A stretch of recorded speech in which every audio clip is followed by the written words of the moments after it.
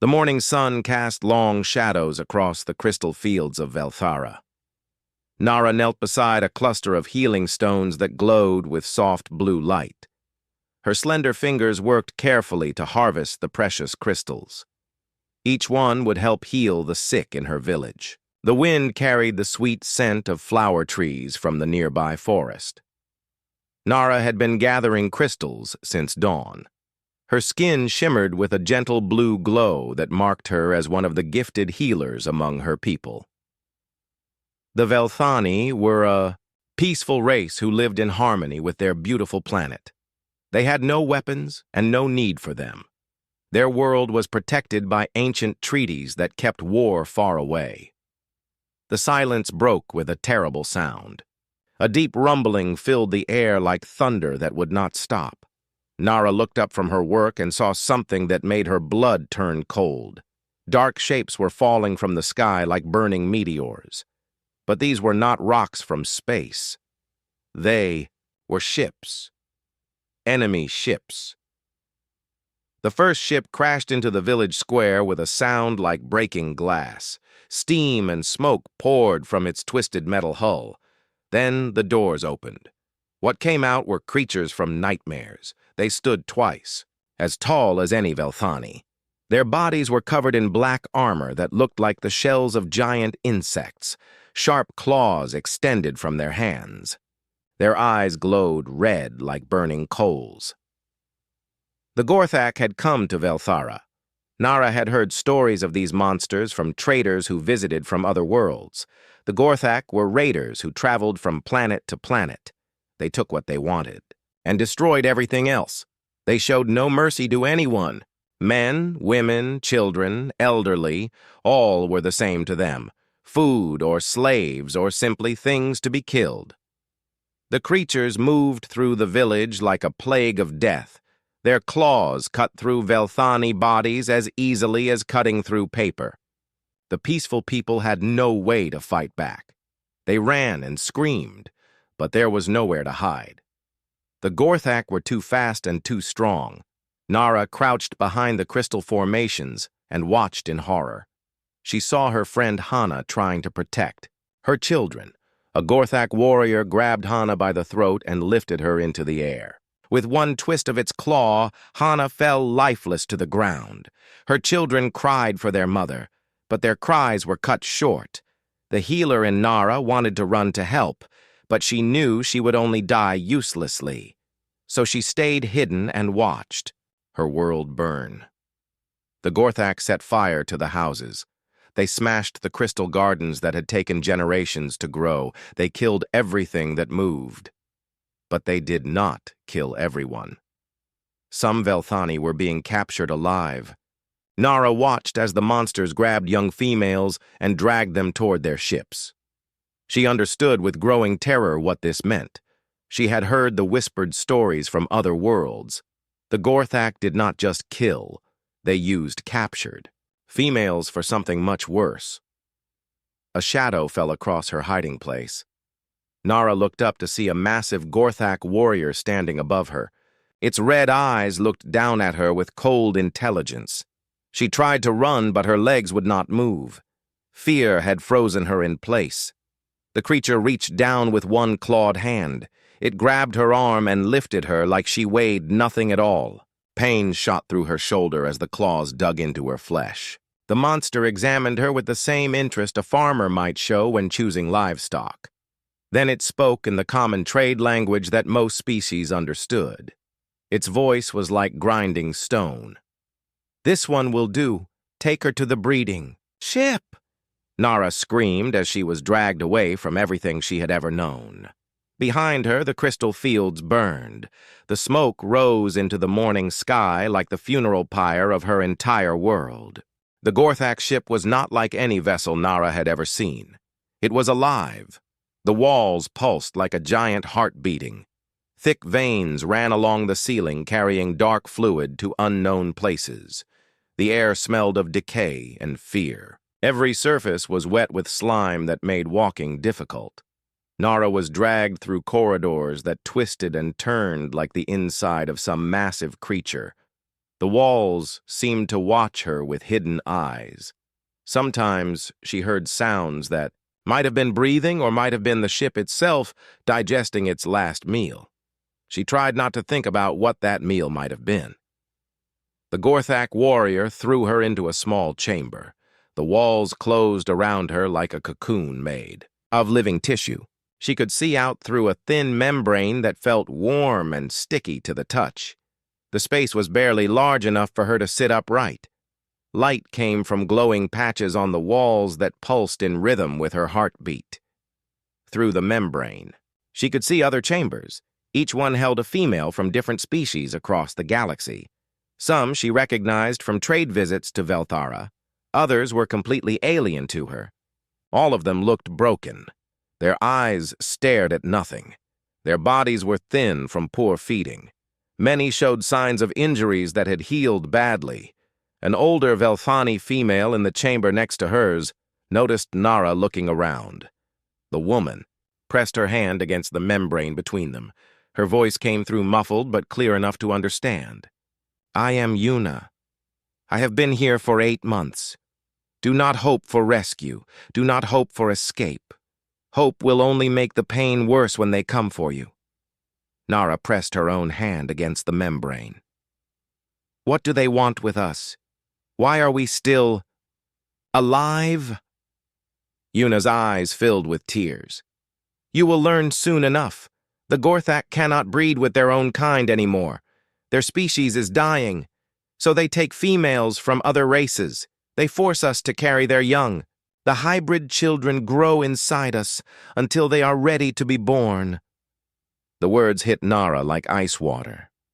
She had heard rumors of such things but never believed them. "That is impossible. Different species cannot breed together. The Gorthak have found ways to make it possible. They change our bodies with their science. They inject us with chemicals that make us compatible. The process is very painful.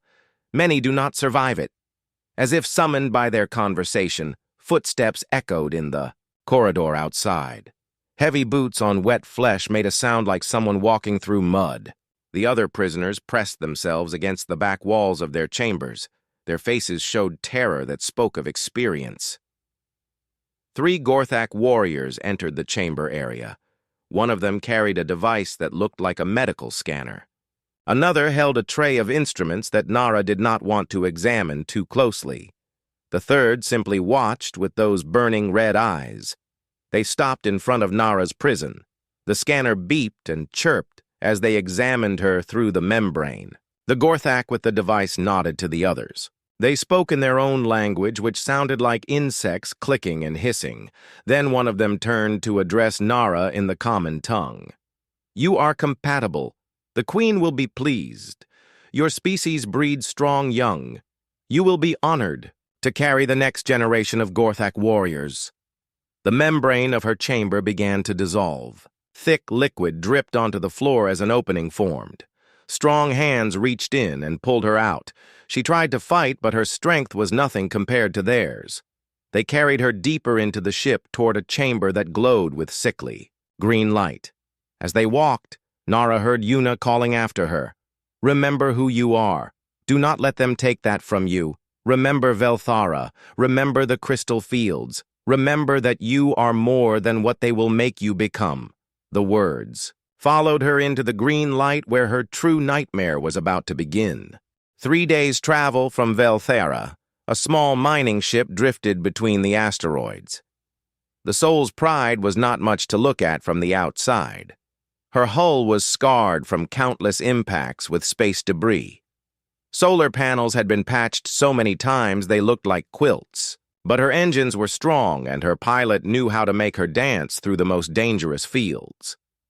Tae-min stretched in his pilot chair and rubbed his tired eyes.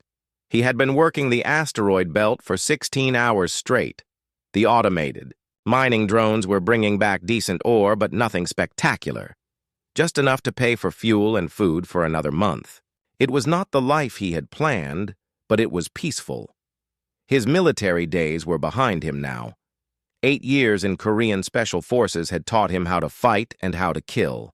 It had also taught him that fighting and killing solved very few problems. When his service ended, he bought this old ship and became a salvage operator. Out here in the empty spaces between worlds, no one shot at him and no one expected him to shoot back. The communication console chirped softly. Tae-min looked at the display and frowned. Someone was broadcasting on an emergency frequency. The signal was weak and broken, but definitely a distress call. He adjusted the receiver and tried to clean up the transmission. Static filled his headset.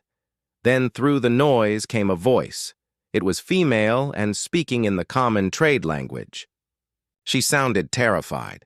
"Please help us. They killed everyone. They are taking us away. My name is Nara of Velthara. If anyone receives this message, please help us. We are being taken to the ship that feeds on fear. Please do not let them do this to us." The transmission cut to static and then silence.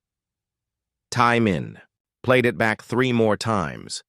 Each time he heard the same desperate plea. Each time he felt something twist in his stomach. He ran the signal through his navigation computer. The transmission had come from the direction of the Velthara system. He knew about that world from trader reports. Peaceful people who grew healing crystals and never bothered anyone. They had no military and no enemies that anyone knew about. Tae-min stared at the star charts for a long time. The smart thing would be to report the distress call to the nearest patrol station and let the authorities handle it. That would take at least a week. By then, whoever had sent the message would probably be dead. He thought about the fear in the woman's voice. He thought about his comfortable life mining asteroids and asking no questions. He thought about the oath he had taken as a soldier to protect those who could not protect themselves. That oath had no expiration date. His fingers moved across the control panel before his mind finished making the decision. The mining drones received their recall signal and began returning to the ship. The navigation computer plotted a course toward the Velthara system. The engines began their warm-up sequence. "You are an idiot," he said to himself in Korean. "One man against unknown enemies. No backup, no support, no plan. This is how people die in space." But he did not change course. The Soul's Pride turned away from the asteroid field and accelerated toward open space. Her pilot sat back in his chair and checked his weapons systems. 2 plasma cannons that had seen better days. A small supply of missiles. Some personal firearms in the armory. Not much against whatever had attacked an entire world. As the ship jumped to faster-than-light speed, Tae-min began planning. He did not know what he would find at Velthara. He did not know if the woman named Nara was still alive. He did not even know if he could help anyone at all, but he was going to try. Sometimes trying was all a person could do. The stars stretched into lines of light as the Soul's Pride raced toward a world in need. Behind them, the asteroids continued their eternal dance around their sun. Ahead lay whatever horrors had driven a peaceful people to broadcast their final desperate plea into the darkness of space. The Soul's Pride dropped out of hyperspace at the edge of the Velthara system. What Tae-min saw through his view screen made his jaw clench with anger. The beautiful blue-green world that traders had described was now scarred with burn marks. Smoke rose from what had once been cities. The orbital defense platforms floated dead in space like broken toys. But it was the ship hanging in orbit that made him truly afraid. The Gorthak vessel was massive beyond anything he had imagined. It looked like a giant insect that had been turned inside out. Organic curves twisted around metal spines. Glowing veins pulsed along its hull like a diseased heart. The thing was easily 10 times larger than any warship in the human fleet. Tae-min activated his stealth systems. The Soul's Pride had been modified with experimental technology that made her nearly invisible to most scanners. It was expensive black market gear that he had installed during his smuggling days. Now it might be the only thing keeping him alive. He piloted his ship closer to the monster. Every instinct from his military training screamed at him to run. One man in a salvage ship had no business approaching something that could destroy entire worlds. But the memory of Nara's terrified voice kept him moving forward. The bioship's surface was even more horrible up close. What he had thought were decorative patterns were actually faces, thousands of alien faces pressed against the hull from the inside. Their mouths were open in silent screams. Their eyes stared out at the stars with expressions of endless suffering. Taimin forced himself to look away and focus on finding a way inside. His scanners showed several docking bays along the ship's lower section. Most were sealed, but one showed signs of recent activity. Ships had been coming and going from there. It might be his best chance. He maneuvered the Soul's Pride to a position where the bioship's own bulk would hide him from its sensors. Then he suited up in his old military armor and checked his weapons. 2 plasma pistols, a combat knife, and a belt full of explosive charges. Not much against an army, but it would have to do. The hardest part was getting aboard without being detected. Taimin used his ship's maintenance pod to cross the gap between vessels. The pod was small enough to avoid most detection systems. He attached it to the bioship's hull near what looked like a service entrance. Cutting through the organic armor took longer than expected. The ship's living tissue tried to heal itself as fast as he could cut it. Green fluid leaked from the wounds and hissed when it hit his suit. Finally, he managed to create an opening large enough to crawl through. The inside of the ship was even, worse than the outside. The corridors were lined with wet flesh that contracted and expanded like breathing.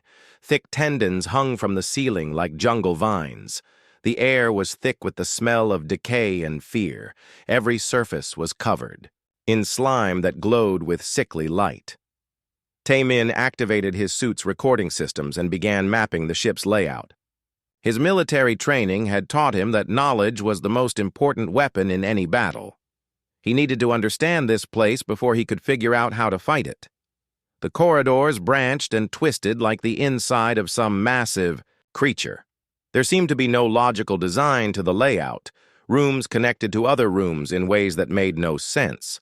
Passages led to dead ends or curved back on themselves, but gradually he began to understand the pattern. The ship was organized, like a living body. The outer sections were like skin and muscle. Deeper inside would be the vital organs, and somewhere in the center would be the brain that controlled it all. He followed the largest passage toward what he hoped was the ship's core. Along the way, he passed chambers that made him sick to look at. Breeding pens filled with creatures he had never seen before. Laboratories where Gorthak scientists performed experiments on living subjects. Storage rooms stacked with the bodies of those who had not survived.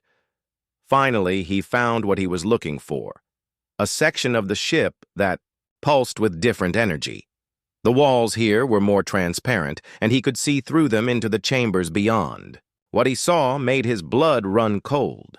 Dozens of alien females were imprisoned in organic cocoons. Each one was in a different stage of the horrible process the Gorthak used to create their hybrid warriors. Some were barely conscious. Others writhed, in pain as their bodies were changed by alien science.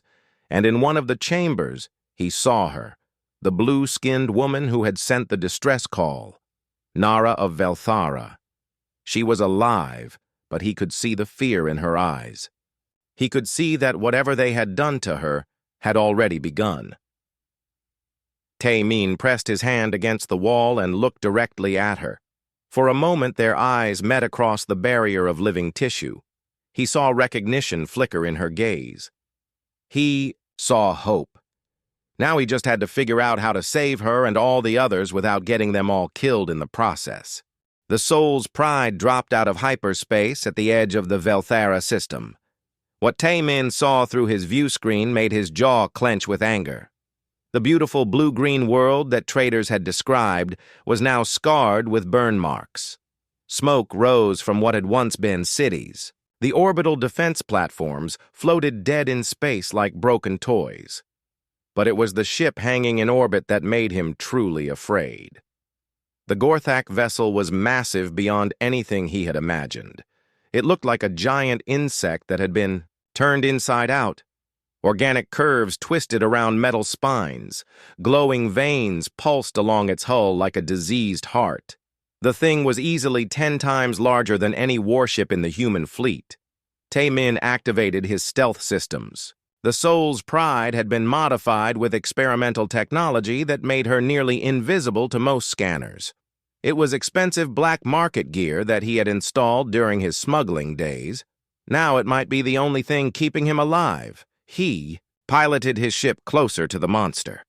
Every instinct from his military training screamed at him to run. One man in a salvage ship had no business approaching something that could destroy entire worlds. But the memory of Nara's terrified voice kept him moving forward. The bioship's surface was even more horrible up close.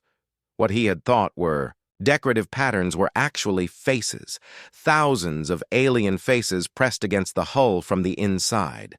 Their mouths were open in silent screams. Their eyes stared out at the stars with expressions of endless suffering. Tae-min forced himself to look away and focus on finding a way inside. His scanners showed several docking bays along the ship's lower section. Most were sealed, but one showed signs of recent activity. Ships had been coming and going from there. It might be his best chance. He maneuvered the Soul's Pride to a position where the bioship's own bulk would hide him from its sensors. Then he suited up in his old military armor and checked his weapons.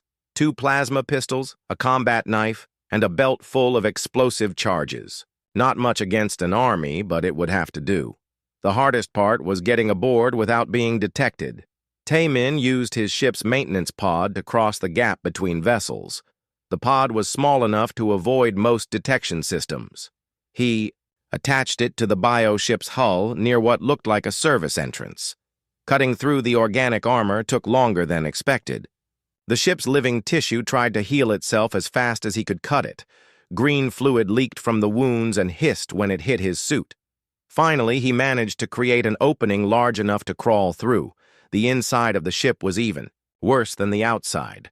The corridors were lined with wet flesh that contracted and expanded like breathing. Thick tendons hung from the ceiling like jungle vines. The air was thick with the smell of decay and fear. Every surface was covered in slime that glowed with sickly light. Tae-min activated his suit's recording systems and began mapping the ship's layout. His military training had taught him that knowledge was the most important weapon in any battle. He needed to understand this place before he could figure out how to fight it. The corridors branched and twisted like the inside of some massive creature. There seemed to be no logical design to the layout. Rooms connected to other rooms in ways that made no sense. Passages led to dead ends or curved back on themselves, but gradually he began to understand the pattern. The ship was organized, like a living body. The outer sections were like skin and muscle. Deeper inside would be the vital organs, and somewhere in the center would be the brain that controlled it all. He followed the largest passage toward what he hoped was the ship's core. Along the way, he passed chambers that made him sick to look at. Breeding pens filled with creatures he had never seen before. Laboratories where Gorthak scientists performed experiments on living subjects. Storage rooms stacked with the bodies of those who had not survived. Finally, he found what he was looking for. A section of the ship that pulsed with different energy. The walls here were more transparent, and he could see through them into the chambers beyond. What he saw made his blood run cold. Dozens of alien females were imprisoned in organic cocoons. Each one was in a different stage of the horrible process the Gorthak used to create their hybrid warriors. Some were barely conscious. Others writhed, in pain as their bodies were changed by alien science. And in one of the chambers, he saw her, the blue-skinned woman who had sent the distress call, Nara of Velthara. She was alive, but he could see the fear in her eyes. He could see that whatever they had done to her had already begun. Tae-min pressed his hand against the wall and looked directly at her. For a moment their eyes met across the barrier of living tissue. He saw recognition flicker in her gaze. He saw hope. Now he just had to figure out how to save her and all the others without getting them all killed in the process. Taemin crouched in the shadows outside the breeding chamber and studied the organic walls. The living tissue seemed to respond to electrical signals from somewhere deeper in the ship. If he could disrupt those signals, he might be able to create an opening. But first, he needed to communicate with the woman inside. He activated his suit's universal translator and set it to broad-spectrum transmission. The device would try to find common language patterns and build a basic vocabulary. It was not perfect, but it was better than sign language. Moving closer to Nara's chamber, he placed his hand on the warm flesh of the wall. The surface was thin enough that she could probably see his silhouette. He tapped gently in a simple pattern. 3 short taps, 3 long taps, 3 short taps. The old distress signal that every spacer knew. Inside the chamber, Nara's head turned toward the sound. Her large eyes went wide when she saw the dark shape pressed against the wall. This was not a Gorthak. The outline was wrong, too small, too slender. And Gorthak did not tap politely on walls. She pressed her own hand against the membrane from the inside. The warm tissue conducted vibrations well enough for simple communication. She tapped back, copying his pattern. Taemin smiled inside his helmet. Intelligence was universal. She understood that he was trying to help. He activated the translator and spoke softly in Korean first, then switched to trade language. "My name is Taemin. I received your distress call. I am here to help." The translator worked to convert his words into sounds that her species could understand. It was not perfect, but close enough. Through the membrane came her reply, filtered through the same system. "I am Nara. You should not be here. This place kills everything that enters." "How did you get past their defenses?" "Very carefully." "Are you injured? Can you move if I get you out of there?" Nara looked down at her body.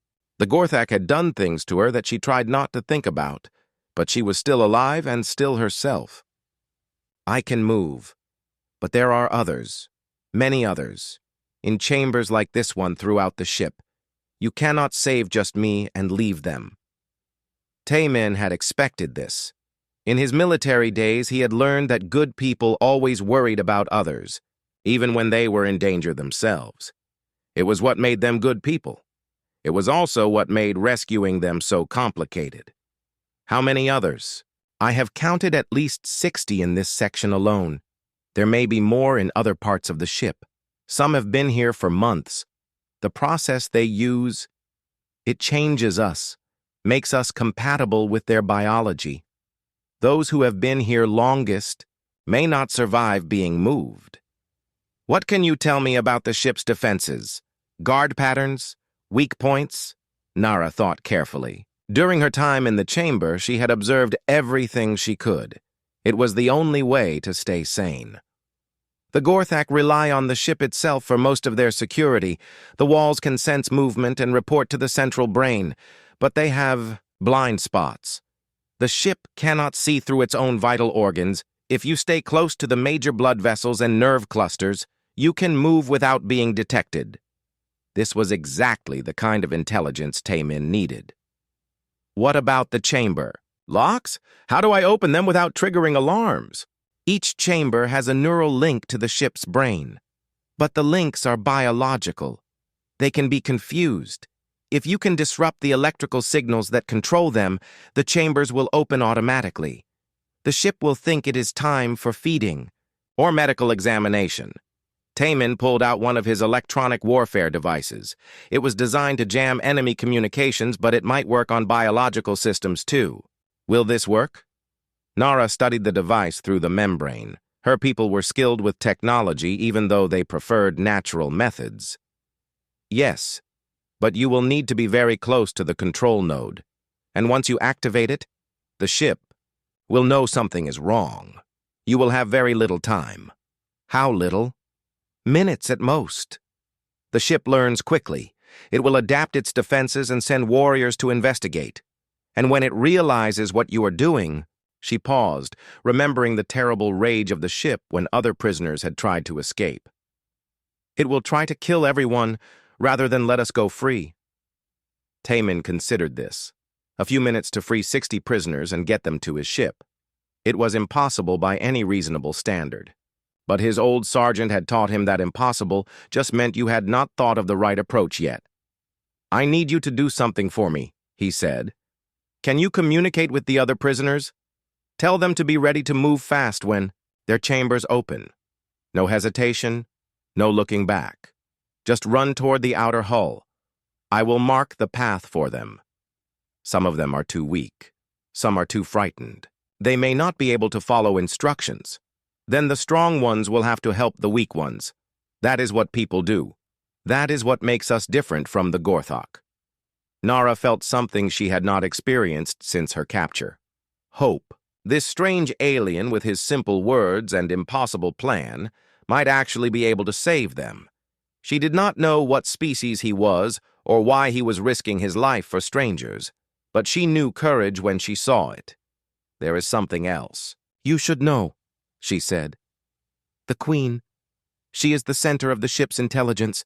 If you want to truly stop this vessel, you will have to face her. And she is not like the warriors you have seen. She is ancient and powerful and very smart." "One problem at a time," Taemin replied. "First we get you all out of here, then we worry about stopping this ship permanently." He began moving toward the control node that Nara had described. As he worked, he found himself thinking about the woman in the chamber. She was terrified and trapped and had every reason to despair. But instead of giving up, she was helping him plan a rescue for everyone. Whatever species she belonged to, they had raised her well. The control node was exactly where she had said it would be. A cluster of nerve endings that pulsed with electrical activity. Taemin attached his jamming device and set it for maximum disruption. "Ready?" he asked. "Ready," came her reply. He activated the device. Throughout the breeding section, chamber walls began to dissolve, and somewhere in the depths of the ship, something very large and very angry began to wake up. The Queen's presence filled the ship like poison spreading through veins. Every wall, every surface, every breath of air became hostile.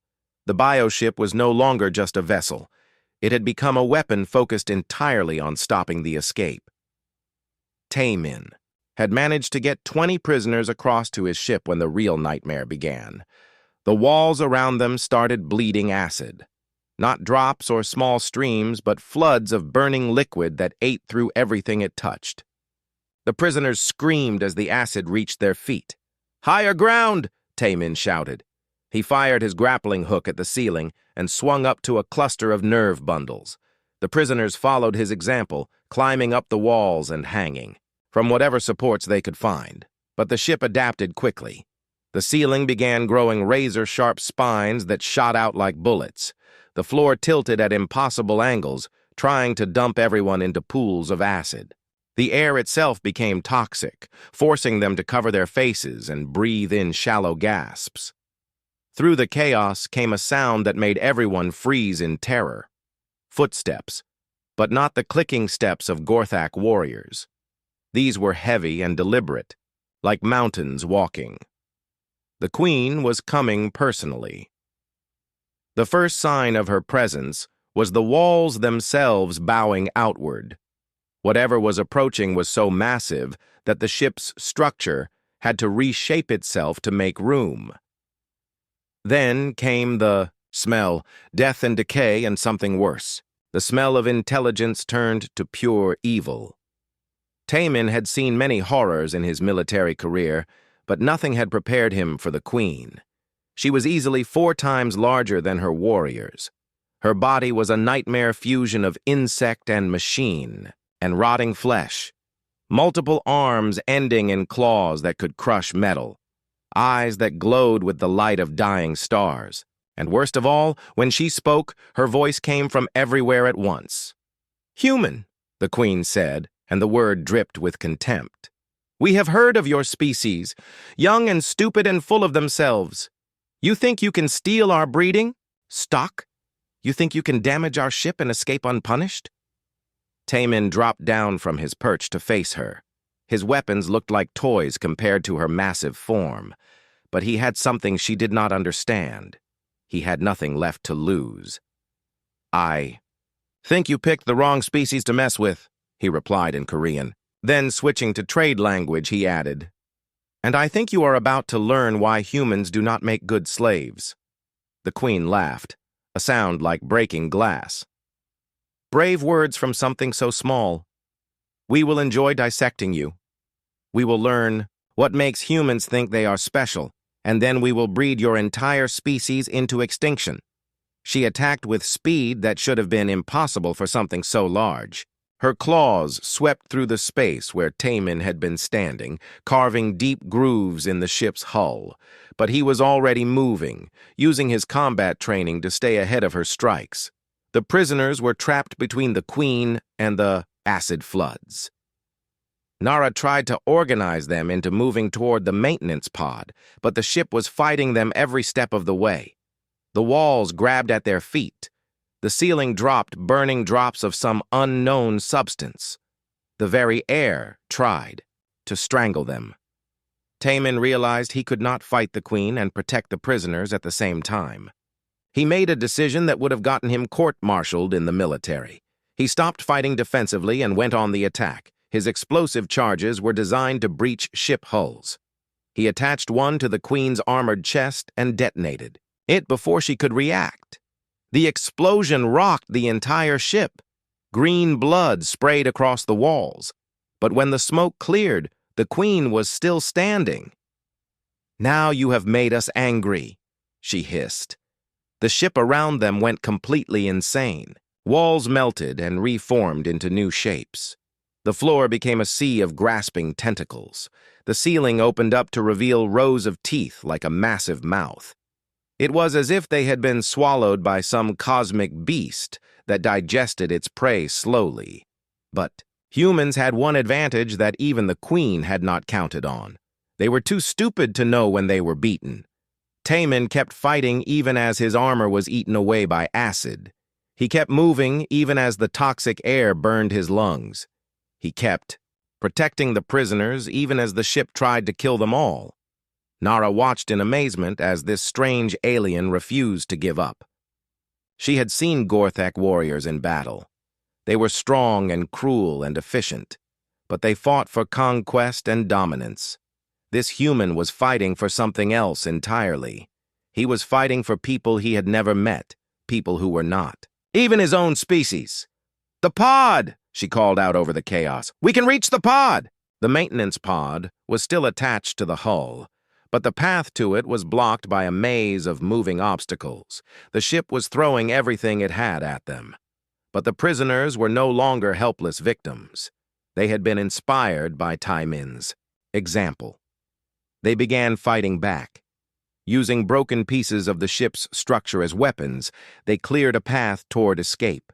The stronger ones carried the weaker ones. Those who could still move helped those who could not. It was chaos and terror and desperate courage all mixed together. Taemin found himself fighting a running battle with the queen through passages that changed shape every few seconds. She was faster and stronger, but he was more adaptable. Every time she thought she had him trapped, he found a new way to escape and strike back. "You cannot run forever, human," she roared. "I am not running," he replied, activating his last explosive charge. "I am leading you away from them." The explosion brought down part of the ceiling between him and the prisoners. The queen was trapped on his side. The prisoners were clear to reach the pod. But now he was alone with a monster that wanted to tear him apart slowly. As the queen advanced for the final kill, Taemin smiled grimly. At least the others would escape. At least Nara would survive to see her homeworld again. Sometimes that was all a soldier could ask for. But the battle was not over yet, and humans had a reputation throughout the galaxy for making the impossible look easy. The queen circled Taemin like a predator playing with wounded prey. Her multiple eyes studied him with cold intelligence. She had all the time in the universe. He was trapped, his weapons nearly exhausted, his armor breached in a dozen places. The acid in the air was slowly eating through his breathing filters. "Tell us, human," she said conversationally, "what drives your species to such foolishness? Why throw away your life for creatures you do not even know?" Taemin checked his remaining ammunition. 2 shots left in his plasma pistol, 1 combat knife, and an idea that was either brilliant or suicidal. Probably both. "You would not understand," he replied, backing toward what looked like a major support beam. "Your species only knows how to take. Mine knows how to give." The Queen laughed again. "Pretty words. We will carve them on your grave marker after we finish studying your corpse." She lunged forward with all 4 arms extended. But instead of dodging away, Taemin did something unexpected. He grabbed onto her leading claw and let her momentum carry him up onto her back. Before she could react, he drove his combat knife deep into the nerve cluster at the base of her skull. The Queen's scream shook the entire ship. She thrashed wildly, trying to reach him, but he held on and twisted the blade deeper. Green fluid sprayed from the wound. The ship around them convulsed as the Queen's pain fed back through the neural links. That was when Taemin played his final card. The support beam he had been backing toward was not just structural. It was one of the ship's main neural pathways. He pulled out his last explosive charge and jammed it into the nerve bundle. "This is for Velthara," he said, and triggered. The detonation. The explosion severed the ship's connection to entire sections of its nervous system. The Queen collapsed as feedback from the damaged systems overloaded her brain. Around them, the ship began dying. Walls stopped moving. The acid flood slowed to a trickle. The toxic air began to clear. But the damage went both ways. The explosion had thrown Taemin against a wall with bone-breaking force. His left arm was clearly broken. Blood was running down his face from a head wound. His breathing was labored and shallow. He staggered toward the maintenance pod, each step an agony. Behind him, the Queen was slowly pulling herself upright. The neural damage had not killed her, only stunned her. And now she was very, very angry. The pod was still there, still connected to his ship. But most of the prisoners had already been ferried across. Only Nara remained, waiting for him despite the danger. "Go," he called out to her. "Get to my ship, and get everyone out of here." "Not without you," she called back. Despite everything she had been through, despite the trauma and the fear, she was not going to abandon the person who had saved them all. Taemin reached the pod just as the Queen's roar echoed through the corridors behind him. She was coming, wounded and maddened, but still deadly. The pod could carry 2 people, but it would be slow with the extra weight. They might not make it across before she caught them. "Listen to me," he said to Nara as they climbed into the pod. "When we reach my ship, you need to get everyone into the escape pods immediately. This bioship is dying, but it is going to take everything around it when it goes." The pod detached from the hull and began its short journey across space to the Soul's Pride. Through the transparent aluminum walls, they could see the bioship writhing like a wounded animal. Parts of its hull were already breaking apart. Green. Fluid leaked into space like alien blood. But the Queen was not finished yet. As their pod approached Taemin's ship, something massive burst through the bioship's hull. The Queen had forced her way outside, using her natural ability to survive in vacuum. She was pursuing them personally. "Faster!" Taemin urged the pods. Simple engines. But they were already at maximum thrust. The Queen was gaining on them, her huge form moving through space with impossible grace. They reached the Soul's Pride with seconds to spare. Taemin's ship was cramped with rescued prisoners, but everyone had made it aboard. As soon as the pod docked, he stumbled to the pilot's chair and began emergency startup procedures. The engines came online just as the Queen reached them. Her claws scraped along the hull, trying to find purchase. The ship shuddered under her. Wait. Warning lights flashed as her acid attacks began eating through the outer armor. "Hold on!" Taman called out. He fired the engines at full power, pulling away from the dying bioship, but the Queen held on, determined to drag them down with her. That was when Nara surprised everyone. She had found her way to the ship's communication system and was broadcasting on all frequencies. Not a distress call this time, but something else. A song. A Velthani healing song that her people used to comfort the dying. The song had an unexpected effect on the Queen. For just a moment, the ancient creature seemed to remember what she had been before centuries of pain and hatred had twisted her into a monster. Her grip on the ship loosened. It was enough. The soul's pride pulled free and accelerated away from the bioship. Behind them, the Queen floated in space, watching them escape.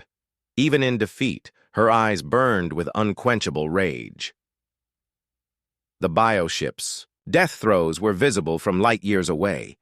It collapsed in on itself like a dying star, taking all its horrors with it. The prisoners aboard Tamin's ship watched in silence as their prison was finally destroyed. But their ordeal was not over yet. Tamin was badly injured and getting worse. The ship was overcrowded and low on supplies, and they were still days away from the nearest safe port. "Where do we go now?" asked one of the prisoners. Nara looked at their savior, slumped over the pilot's controls but still fighting to stay conscious. She made a decision that would change both their lives forever. "We go home," she said simply. "We go to Velthara. My people will know how to heal him, and they will want to thank the human who saved us all." The soul's pride turned toward the wounded world, carrying its cargo of survivors toward safety and a new beginning. 3 months later, Tamin stood in the crystal gardens of New Velthara, watching the sun set over the rebuilt city. His left arm was still weak from the injuries, but the Velthani healers had worked miracles. The burns from the bioship's acid had faded to thin scars. The broken bones had mended stronger than before. The Velthani were a remarkable people. Instead of despair over their destroyed world, they had shown determination to rebuild. The crystal fields were growing again. New settlements were rising from the ashes of the old ones. Children who had lost their parents were being cared for by the entire community, and they had not forgotten who had made their survival possible. "The Council of Healers wants to see you again," Nara said, approaching through the garden paths. She moved with grace and confidence now, the trauma of her captivity gradually healing like a wound exposed to clean air and sunlight. "Let me guess," Tamin replied in the Velthani language he had been learning. "They want to give me another medal, or name another street after me, or build another statue." Nara laughed, a sound like crystal chimes in the wind. "Actually, they want to discuss your proposal for the rescue organization. They have been in contact with governments from 12 different worlds. Everyone wants to contribute resources." The rescue organization had been Tamin's idea. He had seen too much suffering during the bioship incident to go back to his quiet life as a salvage operator.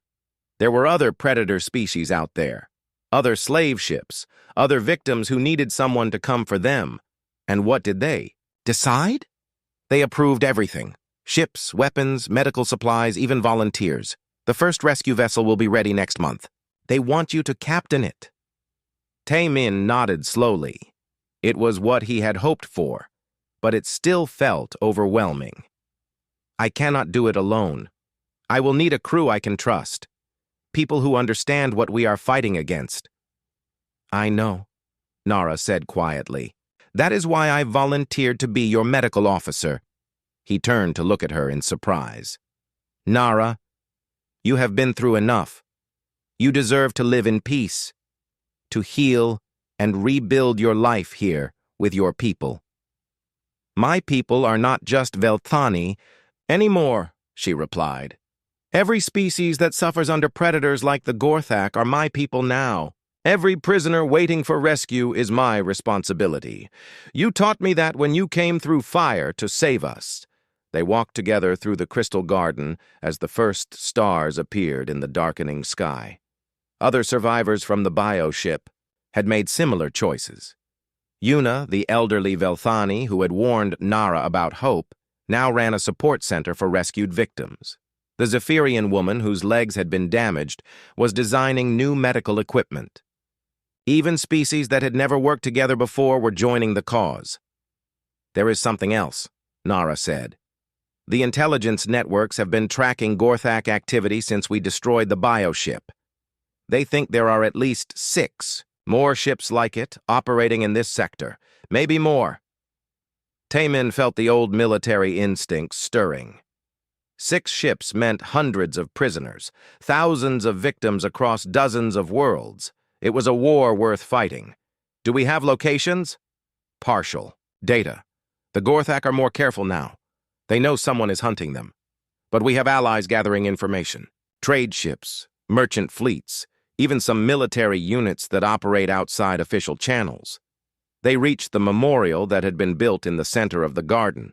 It was a simple crystal formation that held the names of everyone who had died in the Gorthak attack. But at the base were words in the trade language that could be read by any species. "In memory of those we could not save. In hope for those we still can." "The first rescue mission," Taemin said. "When do we launch?" 2 weeks. There are reports of Gorthak raiders near the Kepler colonies. If we move fast, we might catch them before they disappear into deep space." Again, Taemin smiled grimly. "It would be dangerous. The Gorthak would be expecting them now. They would have prepared countermeasures and new defenses. But they had also made a mistake.